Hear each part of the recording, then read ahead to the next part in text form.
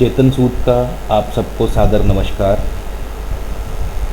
दोस्तों, पीछे हमने लाल किताब में दी गई ऋण के बारे में पहली हालत, पहली शर्त की चर्चा की थी। आज हम लाल किताब के मुताबिक ऋण के संबंध में दूसरी हालत, दूसरी शर्त के बारे में चर्चा करेंगे। जैसा कि आप अपने सामने चित्र में देख रहे हैं, तो यदि दोस्तों किसी व्यक्ति की जन्म कुंडली में, ध्यान दीजिए, यदि किसी व्यक्ति की जन्म कुंडली में बृहस्पति भाव नंबर 2, 3, 5, 6, 9 एवं 12 इन भावों से बाहर कहीं अन्य जगह पर किसी अन्य भाव में बैठा हो, एवं साथ ही भाव नंबर 2, भाव नंबर 5, भाव नंबर 9 या भाव नंबर 12 में बुध, शुक्र अथवा राहु, कोई एक, कोई दो या कोई तीनों ग्रह बैठे हों, या फिर भाव नंबर 2 में अकेला शनि, भाव नंबर 5 में अकेला शुक्र, भाव नंबर 9 में अकेला बुध, भाव नंबर 12 में अकेला राहु एवं भाव नंबर 3 या भाव नंबर 6 में बुध, शुक्र या शनि बैठे हों, तो दोस्तों ये ऋण पित्र बनता है। पितृ ऋण जिसे हम कहते हैं, बुजुर्गों के कर्मों के आधार पर इस ऋण की सृष्टि होती है, जिसका कि कई कारण हो सकते हैं, कई वजह हो सकती हैं। जिनमें से एक वजह ये भी हो सकती है कि हो सकता है आपके बुजुर्गों में से किसी ने अपना कुल पुरोहित बदल लिया हो, या आपके बुजुर्गों ने कोई ना कोई पाप कर्म किए हों, या किसी मंदिर या पीपल आदि को नुकसान पहुंचाया हो, जिसकी वजह से हो सकता है कि आपके कारोबार में रुकावटें, आपकी तरक्की में रुकावटें, घर में सुख शांति की कमी या संतान संबंधी कष्ट, या हो सकता है आपके संतान ही ना पैदा हो रही हो, तो ये ऋण पितर बनता है। ऋण पितर की दूसरी शर्त का पहला नियम है। इसी प्रकार दोस्तों, यदि किसी व्यक्ति की जन्म कुंडली में सूर्य भाव नंबर 1 यानी लगन भाव एवं भाव नंबर 11 से बाहर कहीं अन्य स्थान पर बैठा हो, एवं पंचम भाव में शुक्र, शनि, राहु अथवा केतु विराजमान हो, तो दोस्तों ये एक प्रकार का जाति ऋण बनता है, जिसकी कई वजहें हो सकती हैं, कई कारण हो सकते हैं। जिनमें से एक वजह ये हो सकती है कि ऐसा व्यक्ति, ऐसा जातक अपने परिवार के पारंपरिक रीति रिवाजों को नहीं मानता होगा, अपने परिवार की पुरानी रस्मों को नहीं मानता होगा, उनका आदर या उन पर अमल नहीं करता होगा। या ये भी हो सकता है कि ऐसे व्यक्ति के घर में अग्निकुंड, जिसे हम भट्टियाँ भी कहते हैं, आम या अमूमन पाई गई होंगी। हो सकता है ऐसे व्यक्ति के छत से, घर की छत से रोशनी आने के अनेकों रास्ते बने हों, उसके घर की छत में अनेक रोशनी आने के ज़रिए बने हों, तो ये जाति ऋण की कुछ कारण हैं, जाति ऋण बनने के पीछे कुछ नियम हैं। इसी प्रकार दोस्तों,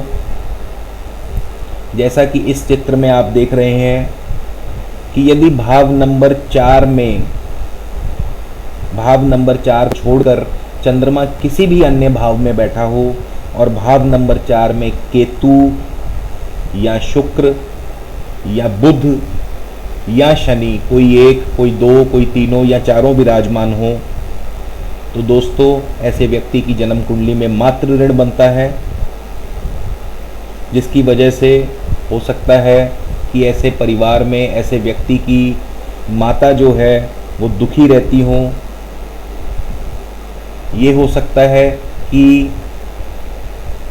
एक कारण कि ऐसे व्यक्ति के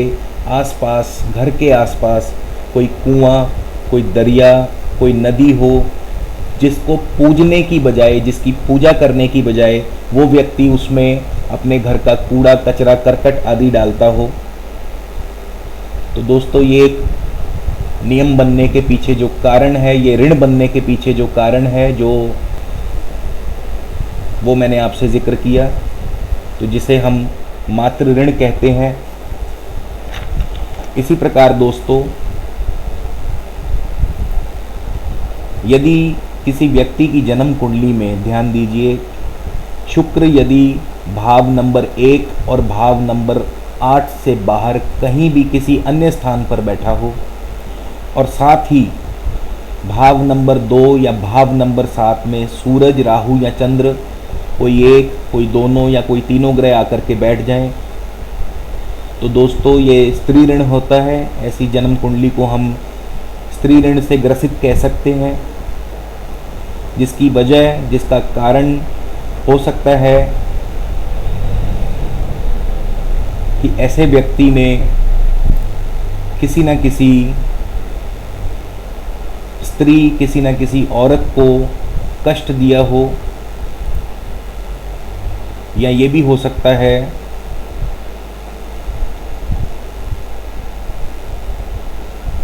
कि ऐसा व्यक्ति जानवरों से नफरत करता हो, घर में गाय या कुत्ता आदि पालने से वो नफरत करता हो। तो इस प्रकार दोस्तों, यदि उपरोक्त ग्रहचाल किसी की जन्म कुंडली में हो तो स्त्री ऋण बनता है, स्त्री ऋण से वो कुंडली ग्रसित मानी जाएगी। इसी प्रकार दोस्तों, यदि किसी व्यक्ति के जन्म कुंडली में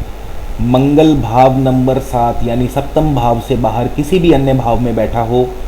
और प्रथम एवं अष्टम भाव में बुध या केतु या दोनों ग्रह आकर के बैठ जाएं, तो इसे हम रिश्तेदारों की ओर से ऋण मानेंगे। रिश्तेदारों की ओर से, भाई बंधुओं की ओर से ऐसी कुंडली ऋण से ग्रसित मानी जाएगी, जिसकी वजह, जिसका कारण हो सकता है कि ऐसे जातक ने, ऐसे व्यक्ति ने किसी न किसी अपने मित्र को धोखा दिया हो, किसी न किसी अपने मित्र के साथ फरेब किया हो, किसी का मकान, किसी का घर धोखे से हड़प लिया हो, या किसी के घर में उसने आग लगा दी हो,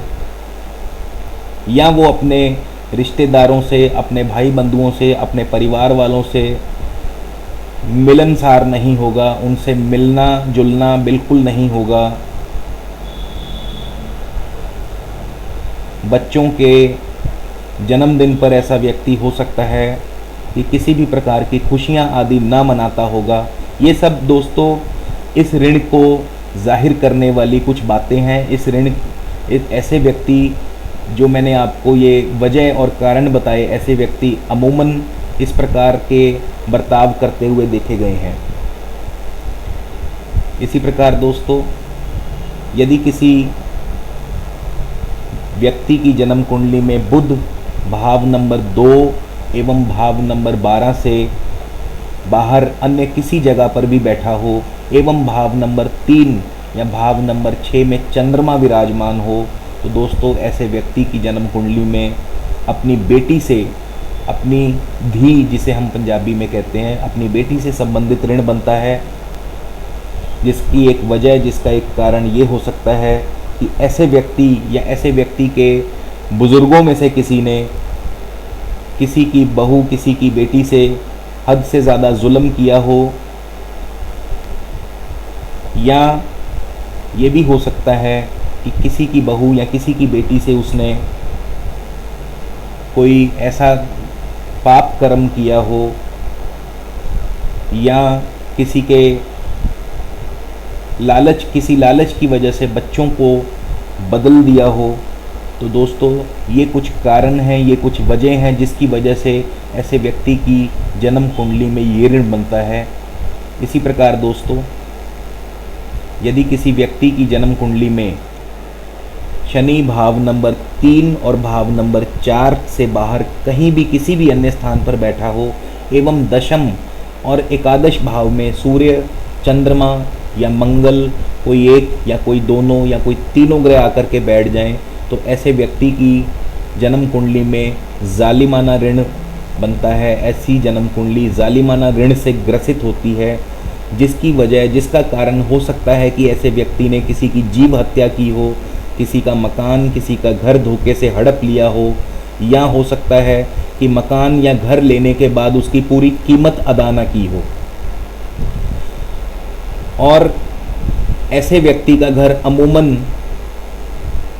दक्षिण मुखी होगा, दक्षिण की तरफ से उसके घर में आने का रास्ता होगा, या हो सकता है अमूमन ऐसे व्यक्ति का घर उसने ऐसे व्यक्ति से खरीदा हो जो कि बेऔलाद, निसंतान हो।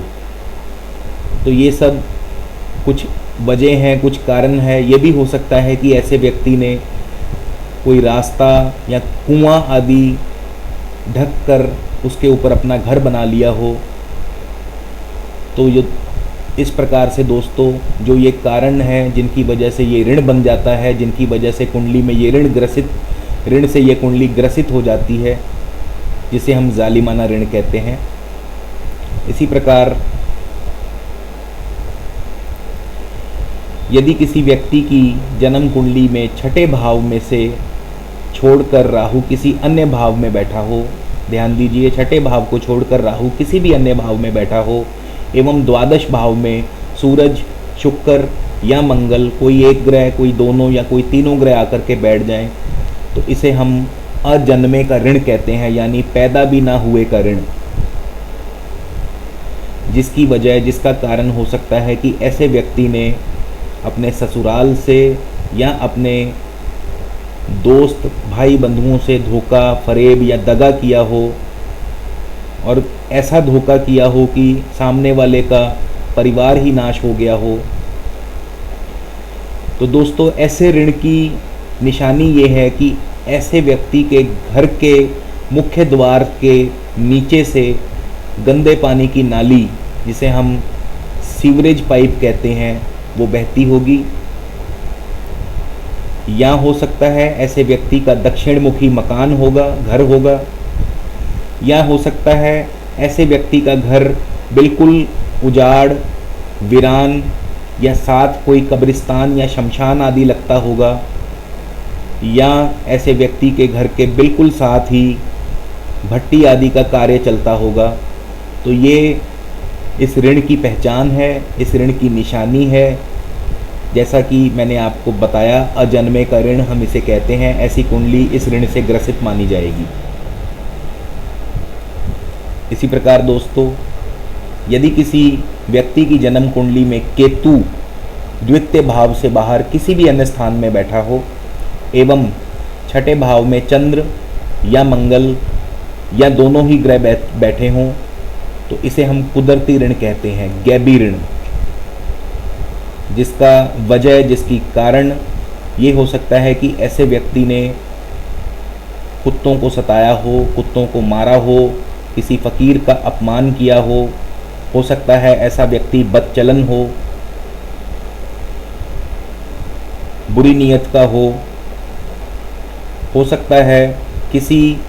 अन्य की संतान, किसी अन्य की औलाद को उसने कष्ट पहुंचाया हो। तो इस प्रकार से दोस्तों, आपसे मैंने ऋण पितर की दूसरी शर्त, दूसरी हालत के बारे में विस्तार से चर्चा की। मैंने उसके पीछे बनने वाले ग्रह चाल को आपसे साझा किया,